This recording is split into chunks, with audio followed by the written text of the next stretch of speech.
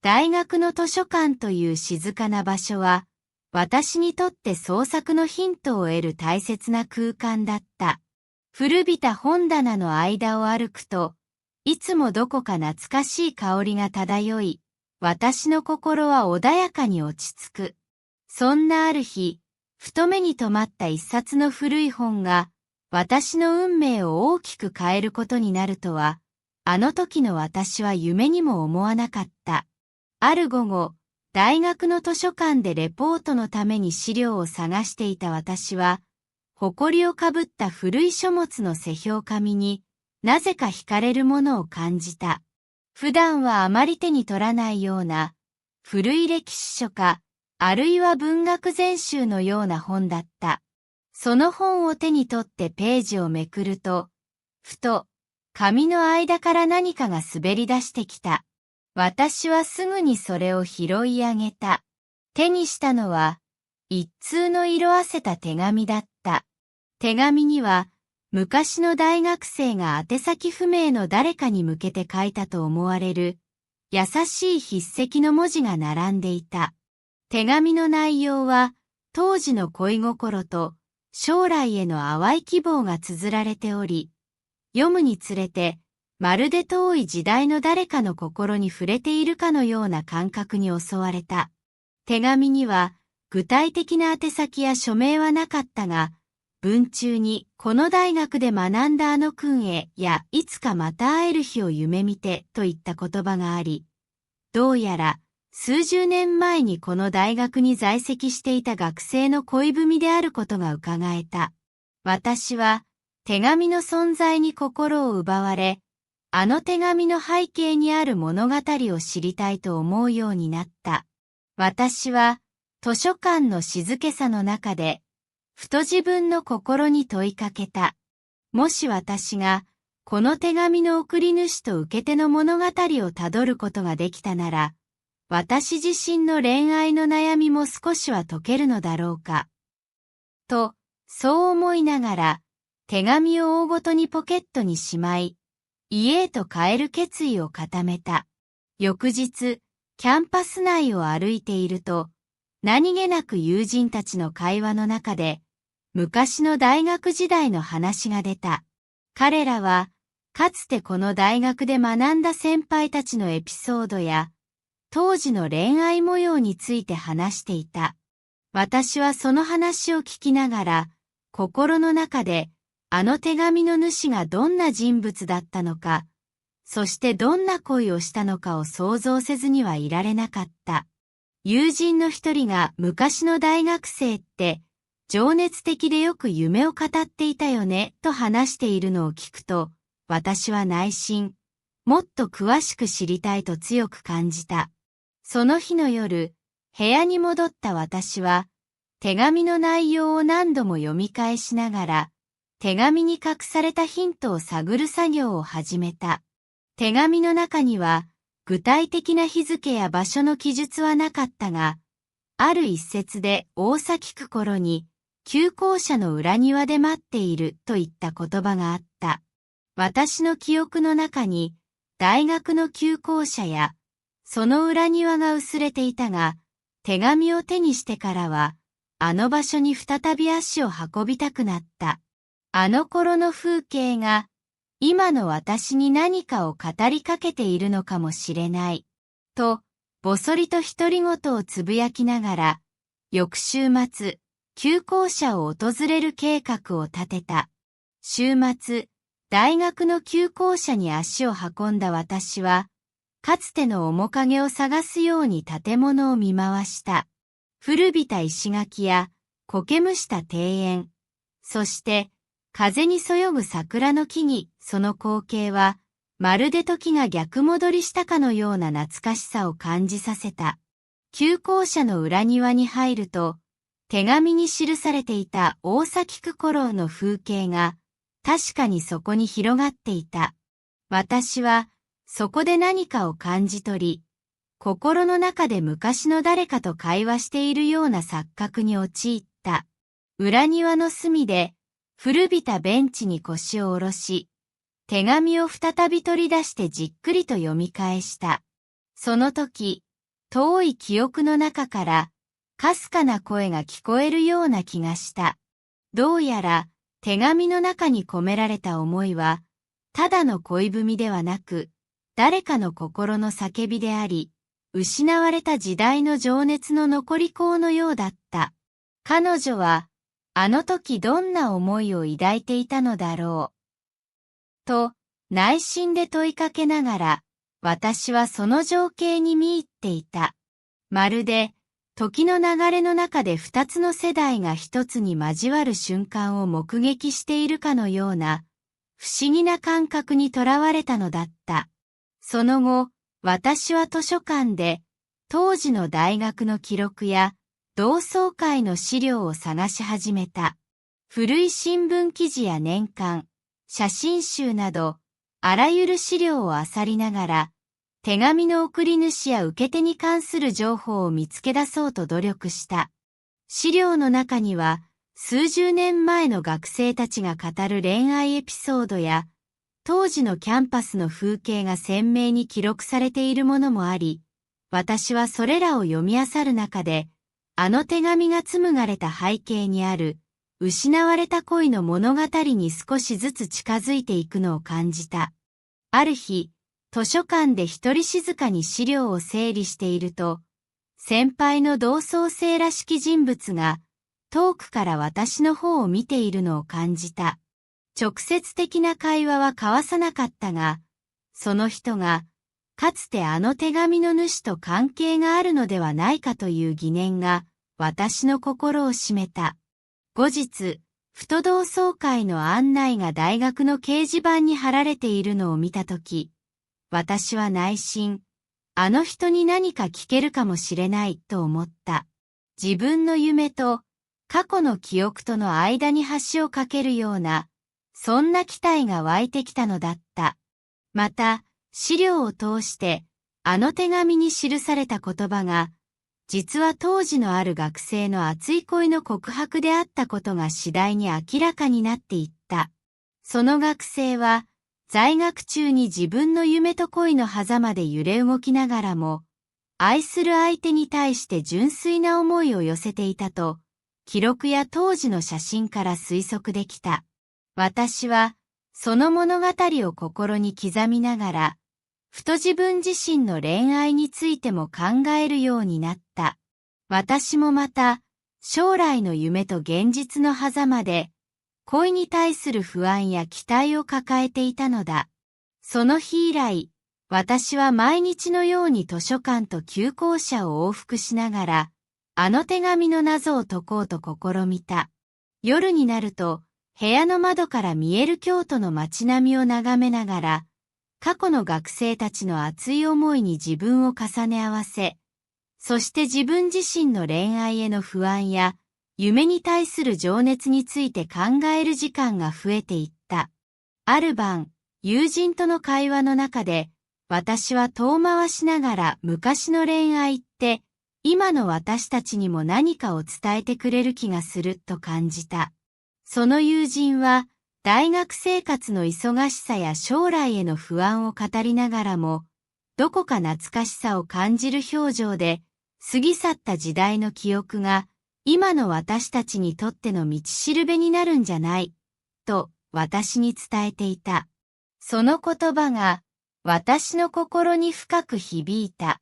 また、家族との間でも、私はふとした瞬間に、自分の恋愛観や夢について考え直すようになった。母が夕食の席で、かつて自分が経験した苦い恋の記憶を遠回しに話す姿を見たとき、私は過去の痛みも今の私にとって大切な一部なのだと感じた。父はあまり多くを語らなかったが、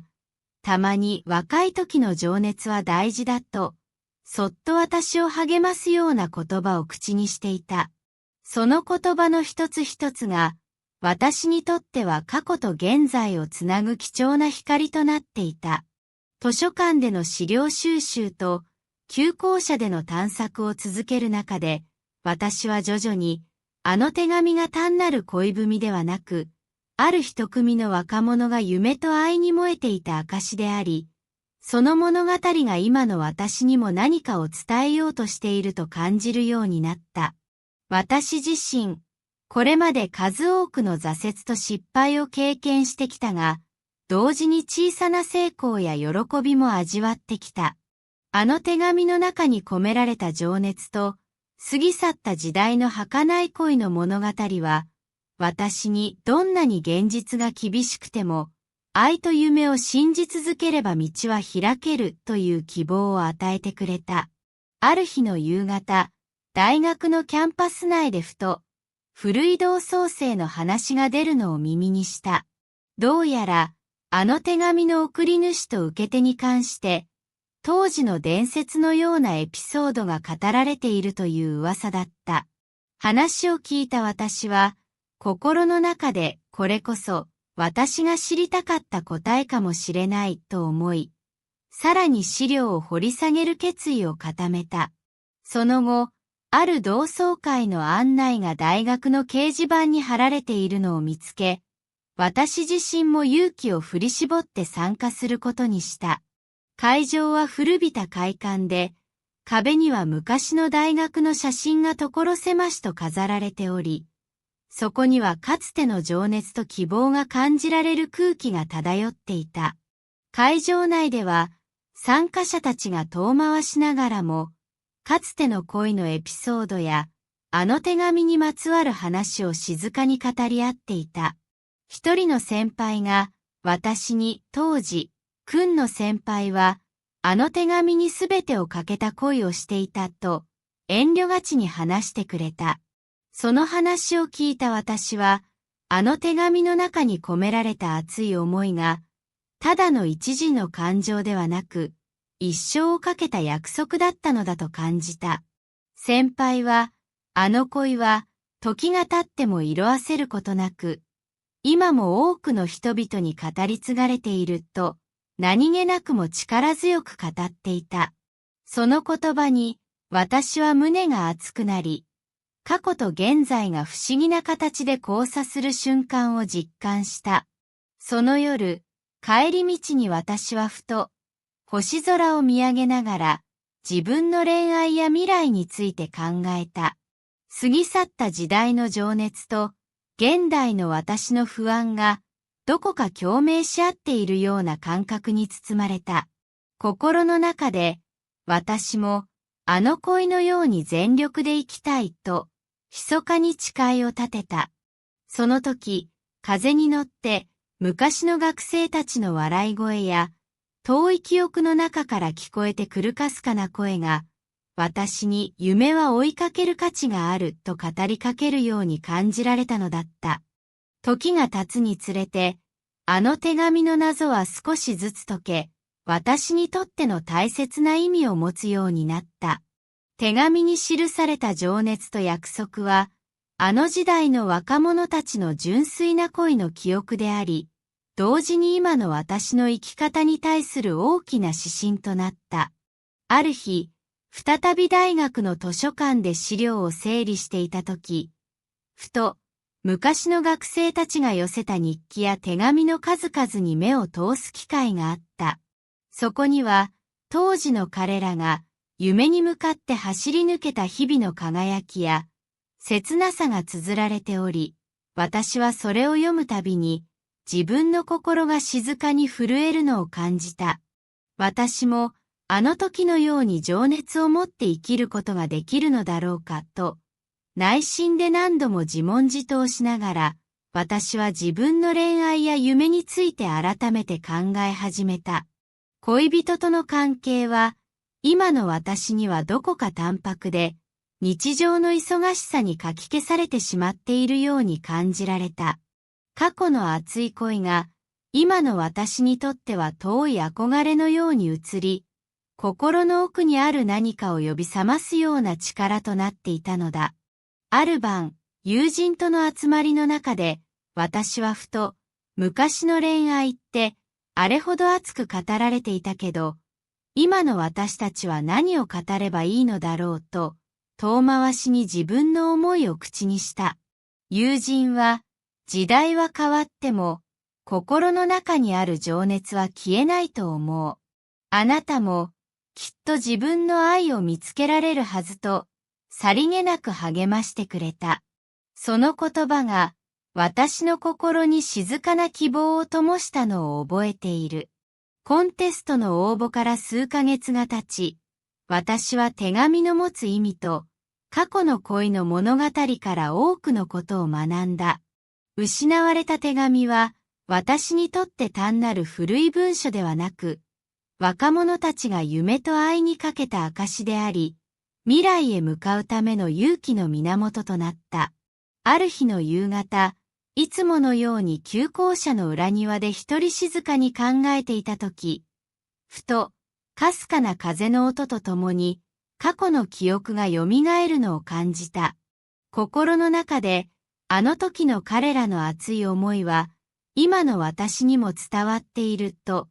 何度も繰り返しながら、私は自分自身の未来に向けて新たな一歩を踏み出す決意を固めた。家族との会話の中で、以前は遠回しに私の夢に対して懐疑的な言葉が飛び交っていたが、今では少しずつ私の努力を認めるような空気が流れるようになっていた。母が私の原稿を見ながら、あなたの言葉は心に響くわねと静かに微笑む様子や、父が黙々と私の作品に目を通している姿に、私は心から私の道は正しいと信じるようになった。また、図書館で出会った同窓生たちとの交流も、私に大きな刺激を与えてくれた。彼らは、遠い昔の情熱を語るだけでなく、今の私たちにも、夢を追う勇気と希望を与えてくれる存在だった。ある同窓生は、会話の中で、あの手紙が語る恋は、時代を超えて人々の心に残る宝物だと、間接的に私を励まし、私もまた、その言葉を胸に、自分の未来へと進む決意を新たにした。その結果、私は自分自身の恋愛にも向き合うようになった。これまで、日常の忙しさにかき消され、淡白になっていた心の奥に、再び愛への情熱が芽生えていくのを感じたのだ。新たに出会った友人や、大学での小さな出来事、そして何よりもあの古い手紙が、私にとっての大切な指針となり、未来への扉を開く鍵となったのだった。時は流れ、私自身も少しずつ成長していった。過去の手紙がもたらした物語と、私の内面で芽生えた愛の情熱は、今や新たな物語の始まりを予感させるものとなっていた。ある日、大学のキャンパスでふと、誰かと目が合った。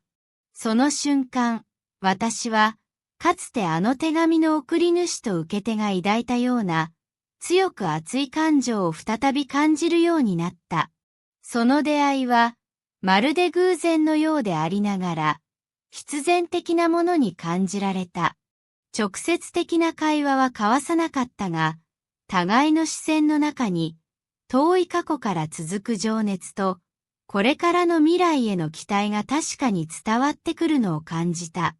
心の中で、あの時の恋の記憶が、今の私にも新たな意味を与えていると、何度も自分に語りかけながら、その出会いを大切に胸に刻んだ。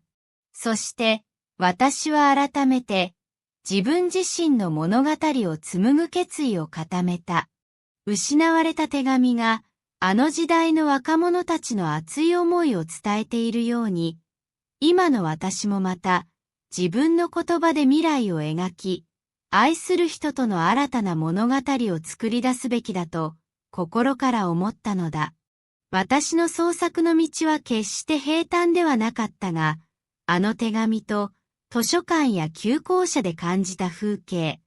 そしてカフェでの静かなひとときが、私に夢は追い続ける価値があると何度も教えてくれたのだ。ある春の日、大学の講義が終わった後、いつものように図書館で資料を漁っていた私に、ふとした偶然が訪れた。古い新聞の一面に、あの手紙に記された日付と似た日付が掲載され、そこには、かつてあの大学であった学生たちの恋の物語が簡単に綴られていた。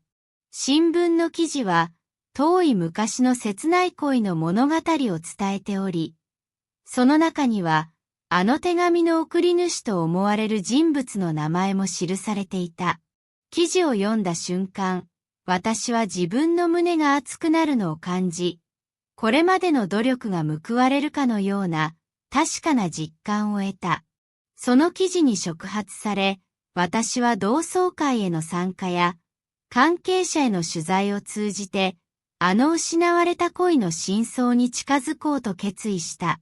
取材の過程で、当時の学生たちが抱いていた情熱や切なさ、そして未来への希望が丁寧に語られるのを聞いた。彼らは直接は語らなかったが、遠い昔の記憶が今もなお、彼らの心の中に生き続けていることを私に伝えてくれているようだった。取材を進めるうちに、私は自分自身の恋愛についても深く考えるようになった。これまで恋に対して消極的であった私が、あの手紙と先輩たちの物語に触発され、心の奥底に秘めていた感情が少しずつ顔を出し始めた。自分の気持ちに正直になること、そして未来に向けて新たな一歩を踏み出すこと、その大切さを私は痛感するようになった。最後に、大学の講堂で行われた記念イベントの日、私は壇上で、あの古い手紙の物語と、そこから受け取った希望について、自分の言葉で語る機会を得た。壇上に立った私は、当時の情熱と、今の自分の思いを重ね合わせながら、静かに、しかし力強く語った。私の話は、決して直接的な会話ではなく、すべて私自身の内面の声として、聞いている人々に届いた。その瞬間、私は、過去と現在、そして未来が確かに一つにつながっていることを実感し、涙をこらえながらも、心の中でこれからも自分の夢を追い続けると強く誓った。こうして、私はあの古い手紙との出会いを通じて、失われた恋の記憶と自分自身の内面に向き合い、そして新たな未来へと歩み出す決意を固めた。大学の図書館で偶然見つけた一通の手紙は、遠い過去の情熱を私に伝え、私自身の恋愛や夢に対する考え方を大きく変えてくれた。図書館の静けさ、旧校舎の懐かしい風景、そして京都の路地裏に佇むカフェで感じたあの温かな瞬間は、今もなお私の心の中で生き続けている。そして、遠い昔に生きた若者たちの熱い思いは、私にとって未来への大切な指針となり、どんなに時が流れても色あせることのない宝物となった。これからも、私は自分の物語を紡ぎながら、愛と夢に向かって歩み続ける。過去の記憶と現代の自分が交差するその瞬間を大切にし、未来へと続く新たな物語を、筆の先から世界に届けるために、そして、あの手紙に込められた言葉や、先輩たちの静かな励まし、取材で出会った人々の温かい記憶が、いつまでも私の創作と人生の明かりとなるよう、心から願っている。私の中には、あの図書館で出会ったあの手紙が、永遠に消えることのない光として、未来への希望と情熱を照らし続けるだろう。過ぎ去った時代と今、この二つの時代が、私の中で静かに、しかし確かに一つに溶け合い、新たな自分自身の物語を形作っていく。私は今日も、京都の静かな大学図書館の片隅で、また一枚の古い本を手に取り、その中に隠された無数の物語に思いを馳せながら、自分の未来へと向かう小さな一歩を踏み出している。私が通う大学は、都会の喧騒から少し離れた静かな町にあり、広々としたキャンパスと緑豊かな風景が毎日を彩っている。しかし、私の心はいつもどこか物足りなさを感じていた。なぜなら、私は幼い頃から胸に秘めていた大きな夢、漫画家になることを追いかけ続けていたからだ。家族は、私にもっと安定した職業に就いてほしいと願っていたが、私は自分の描く世界に希望と情熱を抱いていた。大学での授業やレポートに追われる日々の合間を縫って、私は近所のコンビニエンスストアでアルバイトをしていた。店内は24時間営業で賑やかだが、そこには温かみのある人々との触れ合いがあった。ある日、休憩中に先輩がふと私のスケッチブックをちらりと見て、私の描いたキャラクターがとても上手だと間接的に褒めてくれた。その言葉は、私の心に小さな希望の光を灯し、さらに漫画の夢に身を捧げる決意を固めるきっかけとなった。ある日、大学の掲示板に全国規模の漫画コンテストの募集が貼られているのを見つけた。締め切りは1ヶ月後という短い期間だったが、胸が高鳴るのを感じ、心の中で、これは私のチャンスだ、と強く思った。しかし、家に帰って両親にその話を伝えると、母はやや驚いた様子で、実際の将来を考えると漫画は趣味程度にしか思えないと、遠回しに諭す言葉を口にした。その言葉を聞いたとき、家族の期待と自分の夢の間で揺れる気持ちがさらに大きくなったと記憶している。父は仕事で忙しいためあまり多くを語らなかったが、母のもっと現実を見た方がいいという言葉は私の心に重くのしかかった。大学の講義が終わると、私はいつも部屋に戻り、夜遅くまでスケッチブックと向き合い、ひたすらアイデアを練った。友達との談笑の中でも、誰かが夢を追う苦労や挫折について語ると、私は内心、私だけがこんなに苦しんでいるわけじゃない、と感じ、また一層自分の道を信じようと心に決めた。キャンパスのカフェで友達が、夢を追い続けるのは大変だけど、諦めなければきっと道は開けると、間接的に励ましてくれたとき、私もまた自分の未来に少し希望を見出した。応募締め切りが近づくにつれ、日々の生活は忙しさと緊張感で満たされるようになった。授業が終わってからコンビニでのシフトに入り、深夜の帰り道、部屋に戻った後も、私は漫画の原稿を見直す日々が続いた。ある晩、アルバイト先の先輩が休憩中に、私の描いた作品について、君の作品は本当に個性的で素敵だ。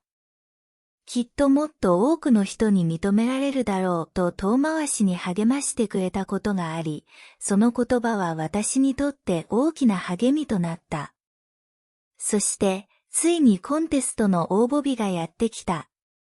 私は原稿を何度も見直し、これが私のすべてだと感じながら、応募作品として提出した。その瞬間、心の中で大きな希望と同時に不安が押し寄せた。提出後の日々、授業の合間にも、コンビニの忙しいシフトの中でも、ふとした瞬間に自分の作品のことを考え、胸が高鳴るのを感じた。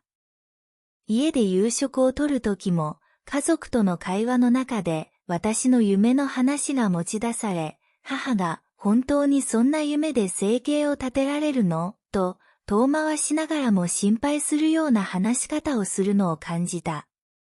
その度に私は自分の情熱を確かめるために内心で私には私の道があると強く思い返していた。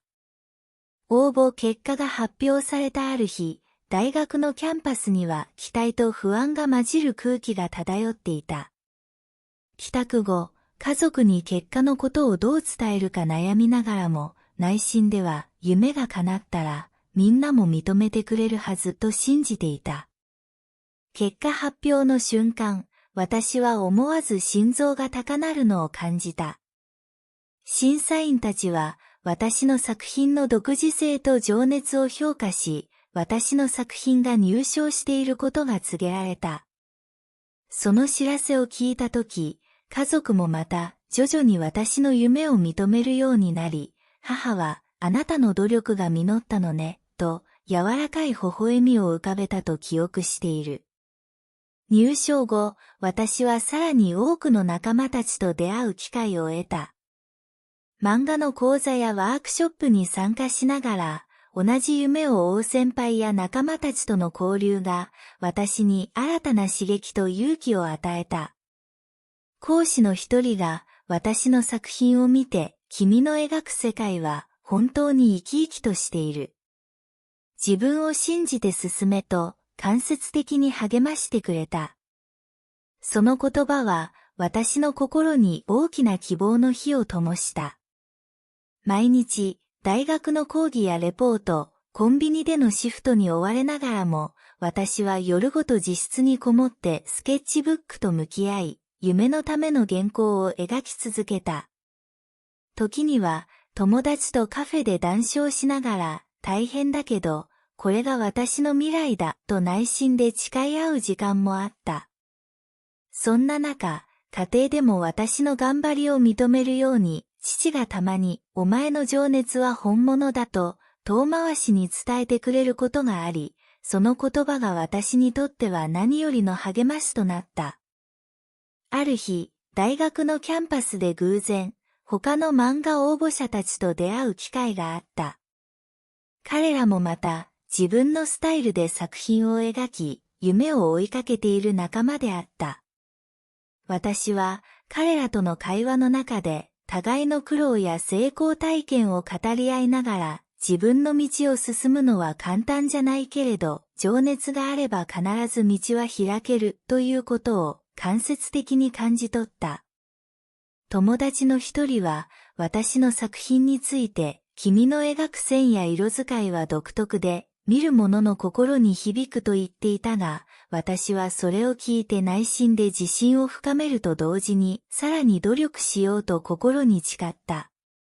コンテスト後の数ヶ月、私は大学での授業とアルバイト、そして漫画の創作活動の間で、日々を駆け抜けるように過ごした。毎晩、コンビニの閉店後に自室にこもり、原稿用紙に夢中になって筆を走らせる中で、時折心が折れそうになることもあった。しかし、そんな時、ふとキャンパス内で交わした友達との何気ない会話や、アルバイト先で先輩が遠回しにかけた励ましの言葉が、私に再び立ち上がる力を与えてくれた。夜空を見上げながら、自分の描く未来に思いを馳せ、どんなに厳しい現実でも、私の中の情熱は決して消えない、と固く信じ続けた。そして、私の漫画は、地道な努力の末、出版社から連載のオファーを受けるまでになった。編集者との打ち合わせや、連載に向けた準備の日々は、決して楽なものではなかったが、これまでのすべての苦労が報われる瞬間でもあった。家族もまた、次第に私の夢に理解を示し、母は、あなたの才能は本物だから、応援するわ、と優しく語ってくれた。その瞬間、私は自分が選んだ道に対する誇りと責任感を強く感じた。連載が始まると、毎週締め切りに追われる中で、私は新たなアイデアを生み出すために、大学の講義の合間やアルバイトのシフトの隙間を縫って、原稿を描き続けた。連載初回の掲載号が出た日の朝、通学路の途中でふと見た街角の風景が、私の心に温かい感動をもたらし、自然と笑みがこぼれた。まるで、その風景が、これからも自分を信じろと語りかけているかのようであった。連載が進むにつれて、読者からの反応も徐々に寄せられるようになり、ネット上のフォーラムや SNS で、あなたの作品に勇気をもらったといったメッセージが届くようになった。私は、そんな読者の声を間接的に受け取りながら、自分の漫画が誰かの心に届いていることに大きな喜びを感じた。ある日、アルバイト先で常連のお客さんが、君の描く漫画は、まるで夢を見させてくれるね、と穏やかに語っているのを耳にし、その言葉に内心で大いに励まされた。時が経つにつれて、私の生活はますます忙しくなり、大学の授業、アルバイト、そして連載の原稿作成の三本柱で回る日々が続いた。しかし、どんなに忙しくても、私は自分の夢を追うことに誇りを持ち、たとえ家族からの現実的な期待や周囲の意見に心が揺れる瞬間があっても、内心では私には私の生きる道がある、と信じ続けた。深夜、部屋の机に向かってペンを走らせながら、窓の外の星空を見上げると、この星のように、いつか必ず自分の輝きを放てると密かに誓ったものだった。また、漫画業界の先輩たちとの出会いも、私にとって大きな刺激となった。あるワークショップで、先輩漫画家が自分の苦労話や成功の秘訣を語るのを聞き、彼女はどんなに困難な状況でも自分の情熱を失わなければ必ず夢は実現すると間接的に伝えてくれた。その言葉を聞いたとき、私は自分もまたどんな壁が立ちはだかっても諦めずに歩み続けようと決意した。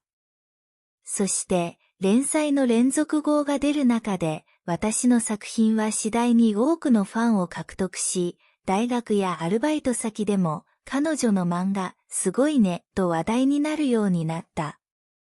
友達との会話の中でもあの漫画家志望の子は本当に情熱を持ってるとみんなが認めるようになった。その時私は自分の選んだ道に対する自信とこれからも進むべき道の確かさを内心で再確認したのだった。大学の卒業が近づく中、将来への不安も大きくなっていた。家族は安定した職業を望んでいたため、卒業後の就職活動に対しても厳しい意見を口にすることが多かった。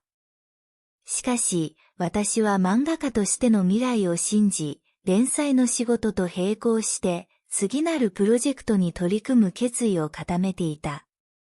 ある夜、家族との食事中、父が静かに夢を追いかけるのは立派だが、現実も見なければならないと言っていたが、その言葉の裏には、私の成長を期待する気持ちがあったように感じられた。母は、あなたの作品に触れて、私も心が温かくなるのよと、何気なくも優しい言葉を添えてくれた。その瞬間、私は家族との間にあるすれ違いが少しずつ埋まっていくのを感じた。卒業式の日、私はキャンパスの一角で、これまでの苦労と努力を振り返りながら、未来への大きな一歩を踏み出す決意を新たにした。大学の門を出ると、そこには新しい世界が待っているという期待と不安が入り混じっていた。私の心には、どんなに険しい道でも、私は自分の夢を追い続けると固く誓う気持ちが溢れていた。その後、社会に出ながらも、漫画家としての連載は順調に進み、多くの読者からの支持を得るようになった。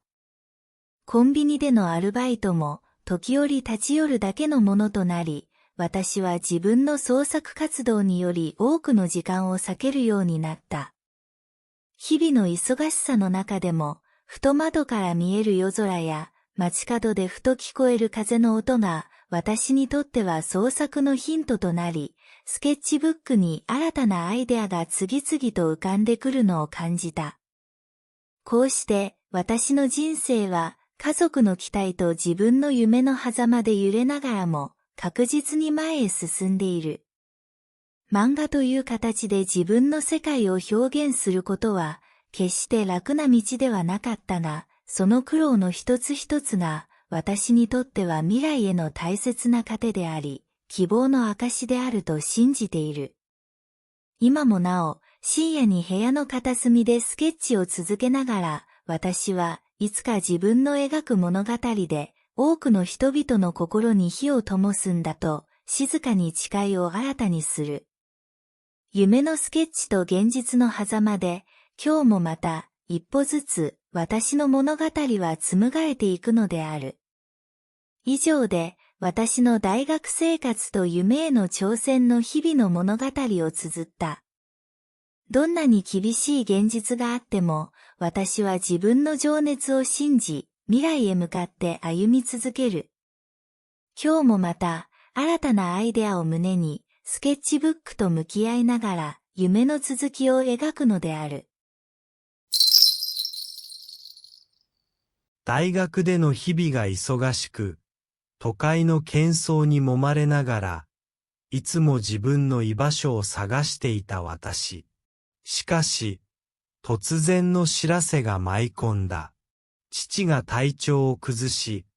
故郷にある家族の老舗お好み焼き店でしばらく働くようにとの連絡が届いたのだ。都会で執筆に励み、将来の夢を追い続けていた私にとって、その知らせは正直、複雑な感情を呼び起こした。都会での生活に慣れていた私が、久しぶりに故郷へ帰ることに対して、不安と懐かしさ、そして一抹の反発心が同時に胸を締め付けた。家族との電話では、母が遠回しにお前も家業の味を忘れちゃいけないと言っていたが、その言葉の裏には、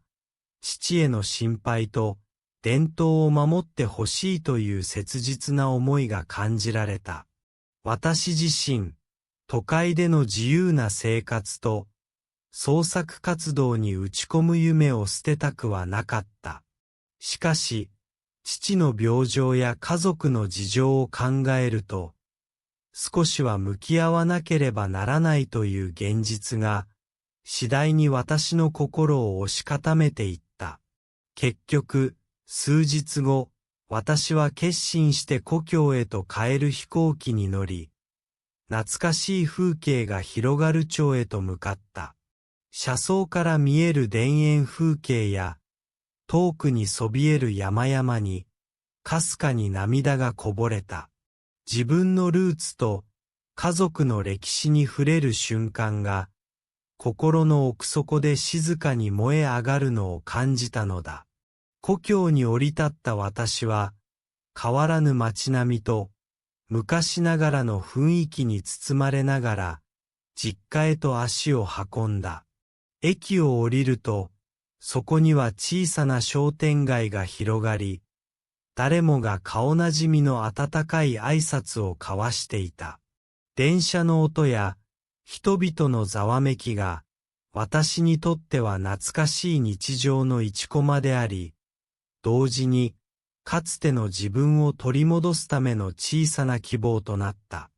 家に着くと、母が玄関で待っており、昔と変わらぬ優しい笑顔で迎えてくれた。母は、私の帰郷を心から喜んでいる様子で、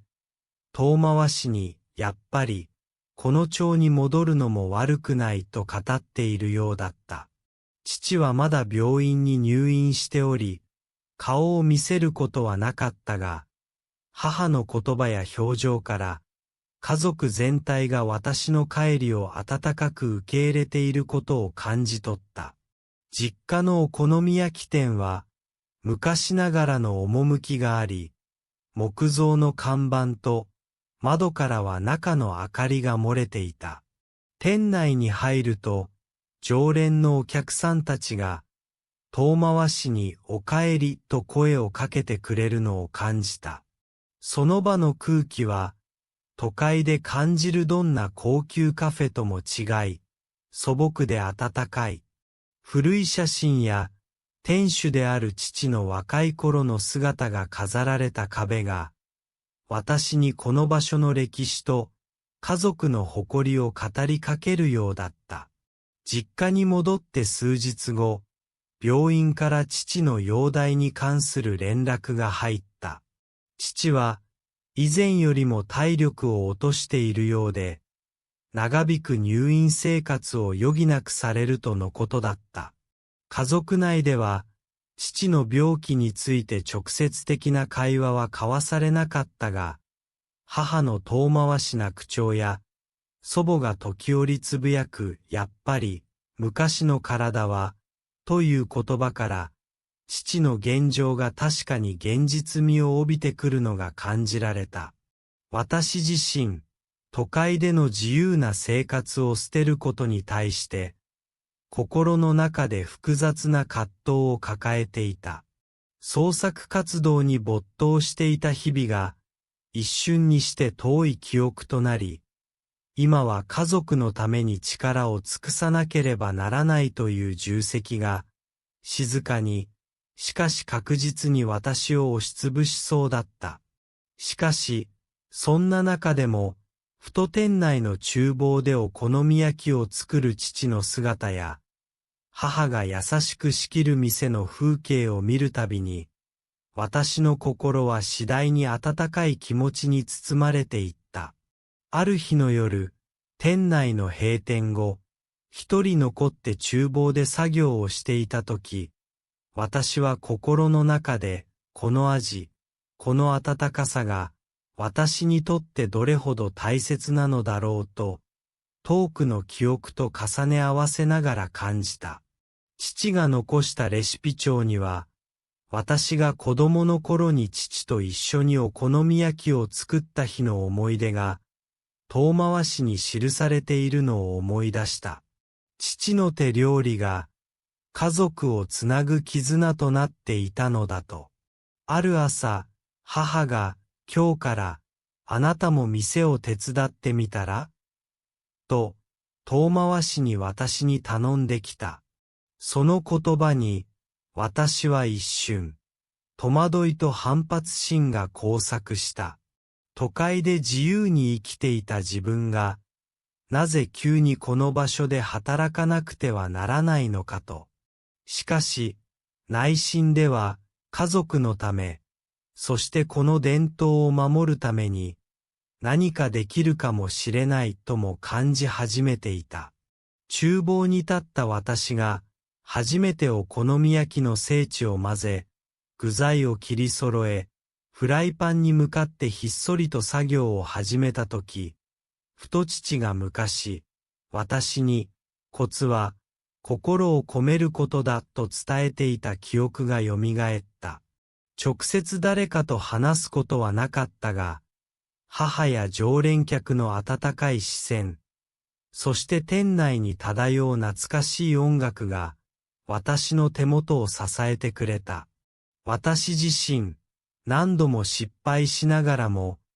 少しずつお好み焼きの作り方を覚えていくのを感じた。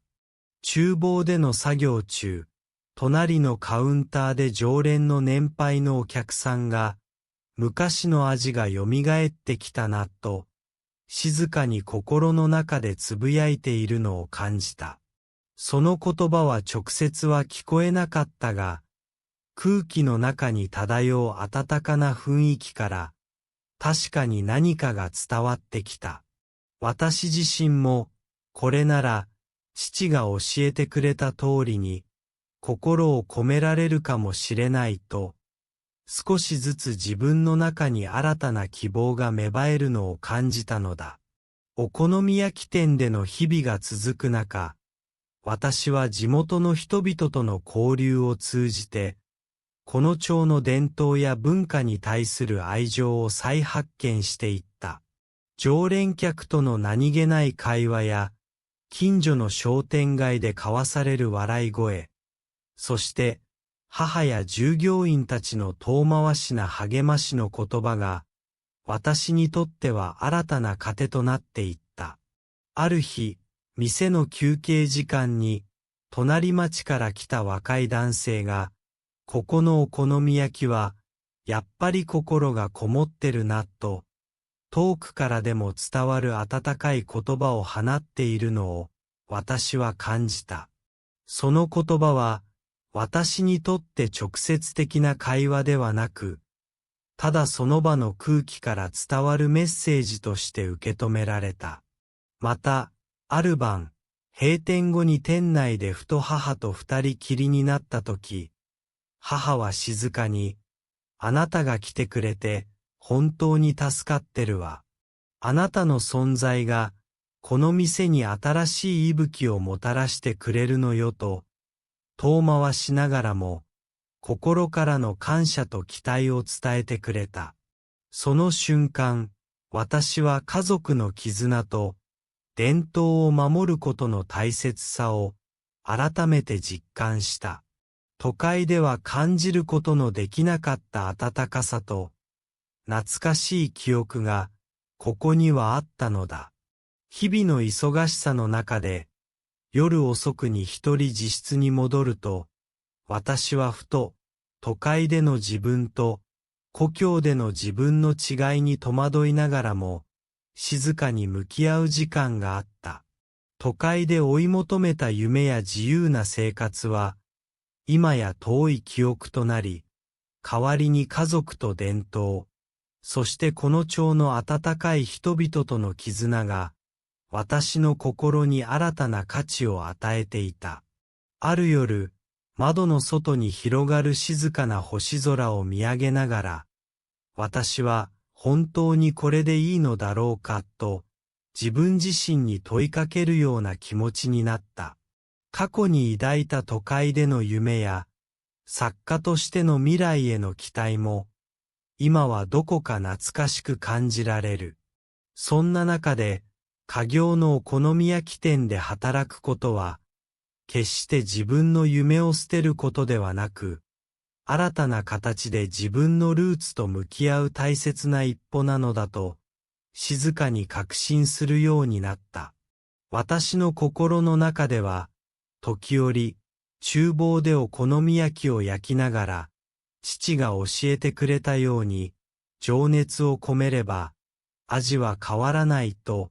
自分自身を励ます声が聞こえるような感覚があった。直接的な会話ではなく、ただ心の奥底から湧き上がる確かなものとして、私に伝わってくるのだ。あの温かい記憶と、店内に漂う古い音楽、そして常連客の遠い視線が、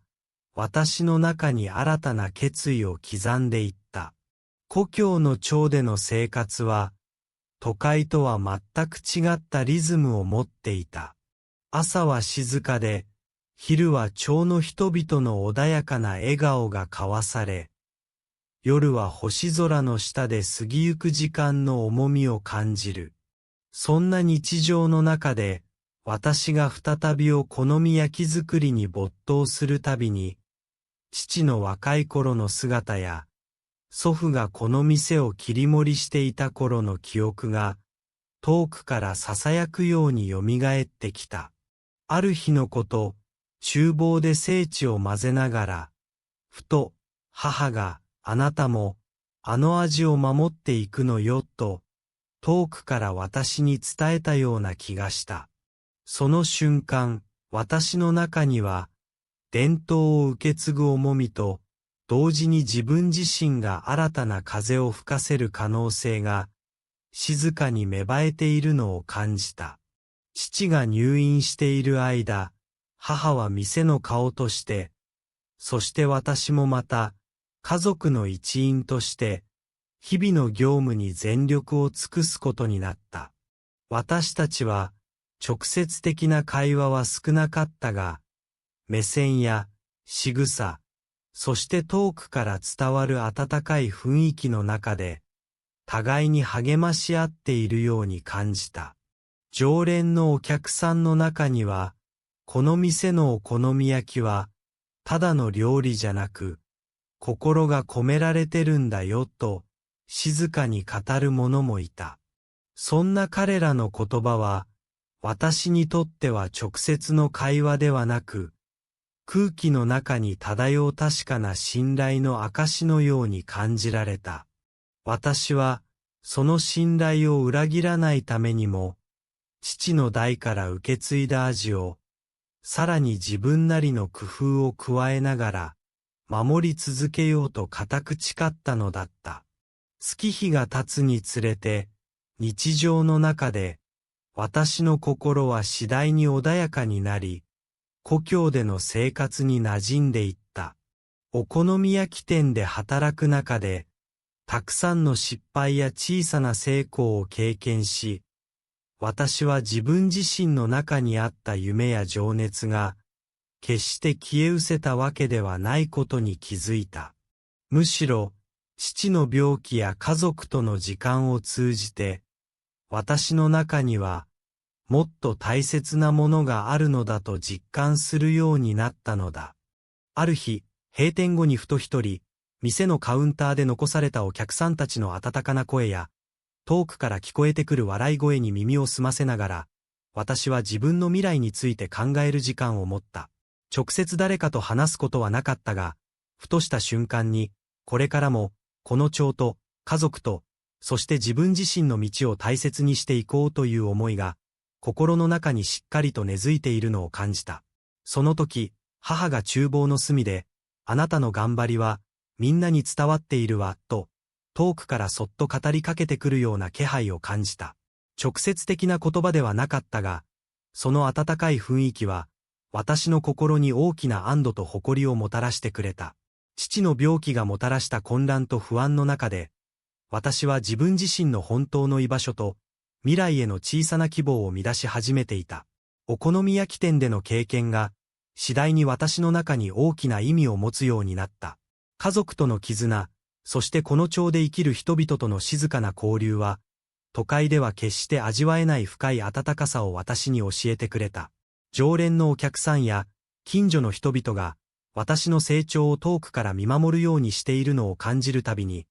私は自分自身がこの場所で生きていく意味を再確認した。ある日、夕暮れ時にふと、店先で見かけた近所の年配の女性が、あの子は、昔からこの店の味に救われてきたものよ、と、遠回しに語っているのを聞いた。その言葉は直接耳に入ってこなかったが、空気の中に漂うその確かな思いは、私に伝統を守るということは、単に料理を作るだけでなく、人々の心をつなぐことなんだと、静かに教えてくれるようだった。また、閉店後、私が一人店内を片付けていると、ふと、かつて父が使っていた古い調理器具が、机の隅に置かれているのを見つけた。その調理器具に触れると、まるで父の温かい手のぬくもりや、昔の記憶が一気に押し寄せ、私は自然と目頭が熱くなるのを感じた。直接誰かにその気持ちを伝えることはなかったが、内心では、これこそが、私のルーツであり、未来への希望だと、深く確信する瞬間があった。そして、ある冬の日、父の容体が一段と悪化し、家族全体が不安に包まれていたとき、私はふと、店内の温かな光の中で、自分の未来について真剣に考える時間を持った。窓の外には、冷たい風が吹き荒れる中、店内は柔らかなランプの光に照らされ、静かな時間が流れていた。その時、母が、あなたがここで働いてくれるおかげで、みんな救われていると、遠回しながらも、温かい言葉を伝えてくれていたのを感じた。その言葉は、直接ではなかったが、空気の中に漂う母の優しさとして、私の心に深く染み込んでいった。そして、私は自分自身に、これからも、家族とこの町のために、自分の力を信じて進むんだと、固く誓ったのだった。その後、父の病状は少しずつ安定していった。家族全員が協力して、この困難な時期を乗り越えようとする中で、私自身もまた、自分の中にあった不安や迷いを振り切り、未来に向けた新たな一歩を踏み出す決意を固めた。都会での自由な生活とは違い、ここでの生活は、伝統や家族、そして地域との絆が深く根付いている。私は、以前はただの夢物語だった作家としての未来と、家業を守るという現実との間で揺れていたが、今は両者が決して対立するものではなく、互いに支え合う存在であると感じるようになった。時間が経つにつれて、お好み焼き店は少しずつ回復し、常連客たちもまた、私の存在を温かく迎えてくれるようになった。店内では、母と私が協力して作るお好み焼きの香ばしい匂いが、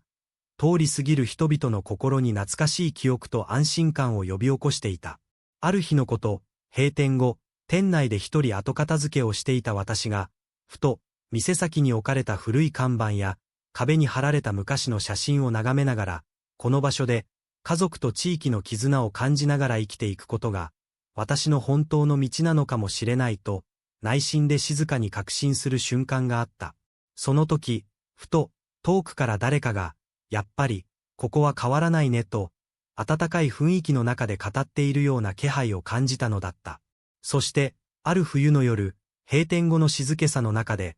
ふと母が私の部屋のドアをそっと開け、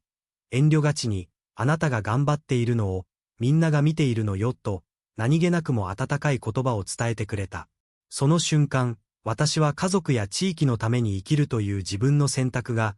決して間違いではなかったと、確信せずにはいられなかった。私の中には、都会で追い求めた夢と、故郷で家族と共に歩む現実が、静かにしかし確かに交わっていく感覚があった。そして、私自身もまた、これまで感じた不安や葛藤を乗り越え、未来への希望と誇りを胸に、これからの道を歩んでいく決意を固めた。こうして、父の病気という厳しい現実に直面しながらも、故郷に戻り、家業のお好み焼き店で家族と共に歩む中で、私は自分自身の本当の居場所と、未来への小さな光を再び見出すことができた。都会で過ごした日々、夢を追いかける情熱、そして故郷で感じた温かな絆。それらすべてが、私にとってはかけがえのない宝物となり、これからの人生の支えとなることは間違いなかった。私の中で、はじめは都会での自由な生活を捨てることへの抵抗や、不安があったが、家族の温かさ、伝統の重み、そして地域の人々との交流を通じて、次第にそれらが自分の一部となっていった。お好み焼きの香ばしい匂い、厨房での忙しさ、そして閉店後の静かな時間の中で、私は自分自身と向き合い、夢と現実を見つめ直すことができた。そして、家族や地域との絆が、私に自分の道を信じろという強いメッセージを、何度も遠くから伝えてくれているのを感じたのだった。今もなお、私は故郷の温かな町で、家族と共に、お好み焼き店を切り盛りしながら、自分自身の未来に向かって歩み続けている。父の病状が回復に向かい、家族全体が再び笑顔を取り戻す中で、私もまた、都会で追い求めた夢と、ここで見つけた本当の自分の生き方を、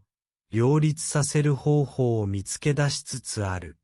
そして、ふと、厨房でお好み焼きを焼きながら、父の昔の話や、母が遠回しに語る故郷の伝統に耳を傾けるたびに、私は、これが私の未来だと、心の中で確かに感じるのだった。この物語は、家族の絆、伝統、そして自分自身の道を見つけるための、厳しくも温かい旅路の記録である。故郷に戻り、父の病気をきっかけに、お好み焼き店での仕事を通じて再発見した自分自身の居場所は、単なる生計の手段ではなく、私にとっての心の安らぎであり、未来への希望の光であった。たとえどんなに困難な現実が私の前に立ちはだかっても、この町の温かな風景、家族との何気ない会話、そしてお好み焼きの香ばしい匂いが、いつまでも私の心に残り、私を前進させてくれるに違いない。そして今後も私は家族と伝統を守りながら自分自身の夢と愛に向かって一歩一歩確かな足取りで歩んでいくと固く心に誓っている。